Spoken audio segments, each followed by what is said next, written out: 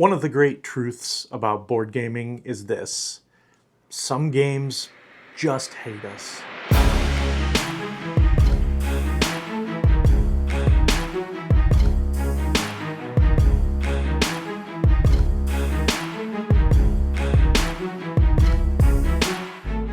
Not literally, of course, but you know the feeling.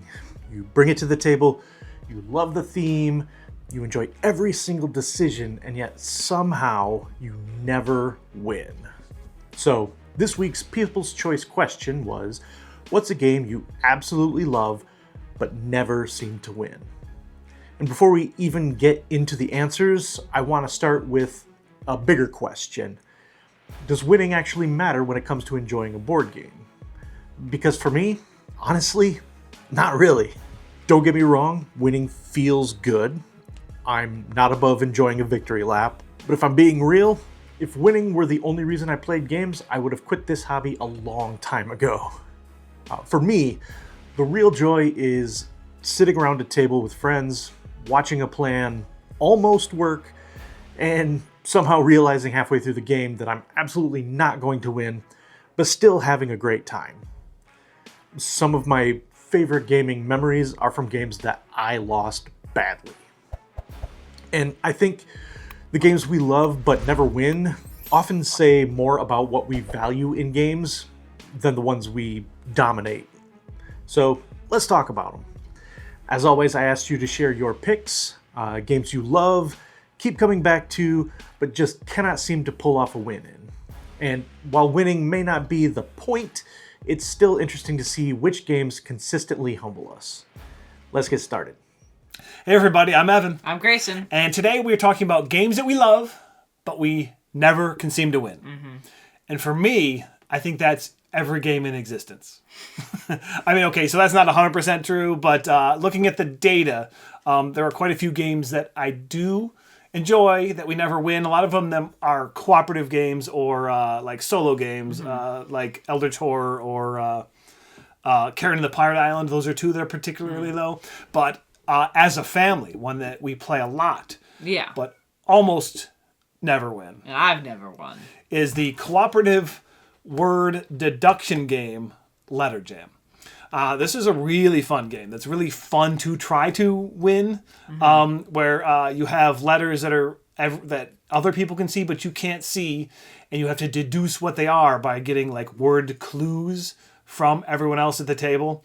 It's a fun time, but it's even when we do lose, which is often, it's still fun. So Letter Jam, great game, barely ever win. Now, this game, I was honestly surprised that I've never won.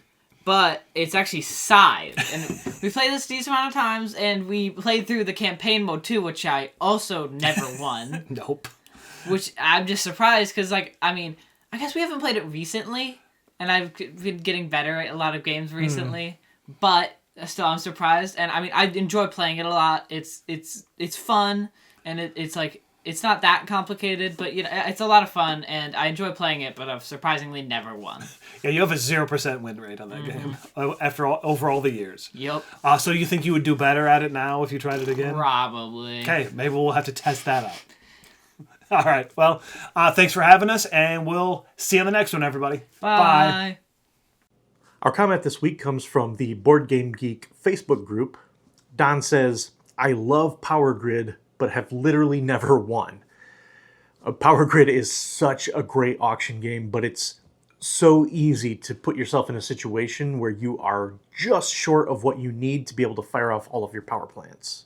Howdy y'all, this is Corey from Travel the Board, and the game that I really love, but I just never seem to win at, this is an easy one for me. Beer and Bread from Capstone Games. This is a fantastic game, and Capstone has really taken my heart. I think their entire line of games is absolutely stellar. Beer and Bread is a two-player resource collecting game, essentially, where you're trying to complete cards by gathering the correct resources. You're trying to make some bread, and you're trying to make some beer. Duh. But it's one of those games where it's you score 20 points for bread and 25 points for beer, your score is 20. You always score the lower of the two that you scored. There is a story on my channel that just seems to be circulating at this point where my co-host Scott, me and him have played this game so many times and we both really adore it. I have never won this game. We have played multiple times and he has beaten me every single time. It has become a running joke for us that I will eventually beat him. This game will hit the table over and over for us until I finally beat Scott. I am determined, so be sure to stay tuned with me and my channel to see when that day finally comes. You better believe I will be posting about it and rubbing his nose in my one final win on Beer and Bread. But this is just a super fun game. I love that all of the cards can be used in multiple different ways. That's something I really love when games do, because your cards can be used to gather resources. That same card can be used to score. You can gather the resources to score that card, or you can get rid of that card from the game and turn it into a power for yourself by tucking it underneath your board. I love variable power cards where you have to really decide how you want to use it. It's one of my favorite things is when you get options. We all love games that give you so many options that you don't even know what to do with them. This is a quick 30-ish minute game, so it's really easy to hit the table. It's fun to play with both gamers and non-gamers alike, and I am determined I will win this game. But guys, I hope you really enjoyed this. Clay, thank you so much for having me on. Good luck with all the videos and channel, brother. I think you're absolutely killing it. So everybody, be sure you subscribe to him down below. He's awesome. See you guys. Hi, this is Jen from Beer City Board Games, and my pick for the game I love but never win is Devon. Devon's one of the abstract strategy games in the GIF series. It's widely considered the most cutthroat. The rules are simple. Essentially, you're just moving a stack of pieces on your turn. The tricky part, this is what they look like. The tricky part is that you have to think several turns ahead, and each move you make can have a ripple effect on the board. All the pieces have to stay connected to these red Devon pieces to survive. So if a move is made that cuts a group off from these pieces, they're instantly removed from the game. And that, as you can imagine, leads to some pretty massive game-swinging turns. The playing area is literally disappearing as all the pieces get stacked, so it creates a pretty claustrophobic endgame where the movement options vanish and every remaining space is vital. A stack's height determines its exact movement, so the big, huge, high-scoring towers become harder to maneuver and more vulnerable to being trapped. Also, you only own a stack if your color is on top, so this leads to a lot of top stacking battles where you're fighting with each other to leap on top of the high stacks to get the huge points. So any lead that you have feels dangerous because it can get taken at any moment. Though I'm very terrible at thinking multiple turns ahead, and I don't typically like cutthroat games, and I often lose this one. I do love the mental challenge that it presents, so it's a game that I really do enjoy playing. Happy holidays, everyone. For me, the game that immediately comes to mind for this topic is Grand Austria Hotel. This is a game that I absolutely love. If you're not familiar, it is a dice drafting game. Every roll creates this shared puzzle where everyone is fighting over the same limited actions, and every decision feels super important. You are managing your hotel, seating your guests in your restaurant, fulfilling increasingly demanding orders, utilizing the special skills of your staff, and watching the emperor judge you from afar. It's tight, it's tense, it always feels like you need just one more coffee or just one more dollar, and I am not good at it. I've played Grand Austria Hotel many times. I understand the rules, I understand the system, I even understand why I'm losing a lot of the time, and yet I almost never win. Part of it is that the game rewards long-term planning in a way that I personally find very challenging. If you make a mistake early on, it's very difficult to fix it later. The game just quietly remembers and punishes you for it later. And the other part of that is that Jen is especially good at the game. She sees these lines of play that I don't see, and by the time I realize what's happening, she is already way out ahead of me and somehow running a flawless hotel while I am desperately trying to find just one more strudel. She's also much more adaptable with her strategy, whereas I will often trap myself in the decisions that I've made. But here's the thing. Even when I'm losing, I still love playing it. Every round feels engaging, Every decision matters, and even when I know I'm probably not winning, I'm still invested in trying to make the hotel the best version of itself. And that, to me, is the mark of a great game. If you can lose repeatedly and still say, yeah, I'd absolutely play that again, that's doing something right. I'll also say that if you enjoy Grand Austria Hotel, I highly recommend the Let's Waltz expansion.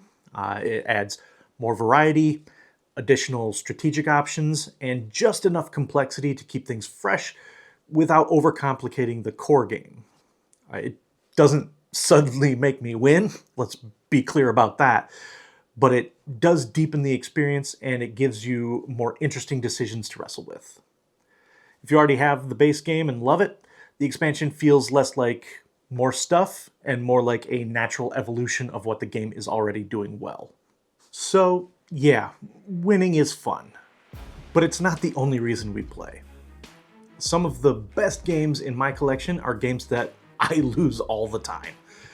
And I keep coming back because they create great stories, they spark conversation, and they give me a reason to sit down with people and share an experience. And honestly, that's kind of the whole point. Before we wrap things up, let's take a look at the next People's Choice question. For the next episode, I want to know, what's the game that you've owned the longest that you still play? Not the newest game on your shelf, not the hottest release. I'm talking about the game that has survived multiple culls, shifting tastes, and years of new games coming in. The game that's been with you the longest and still makes it to the table. I love new games, but I also love finding a gem of an older game that still holds up. If you'd like to be featured on the next People's Choice video, you can leave a comment below or send in a short video submission. Phone recordings are perfectly fine. It does not need to be fancy. We just want to hear your take. As always, I would love to hear your picks and the stories behind them. Be sure to have your comments and clips in by Thursday, January 1st. And thanks so much to everyone who commented or sent in a video this week. I really appreciate it. All right, thanks so much for watching, and until next time, let's get another round for the table.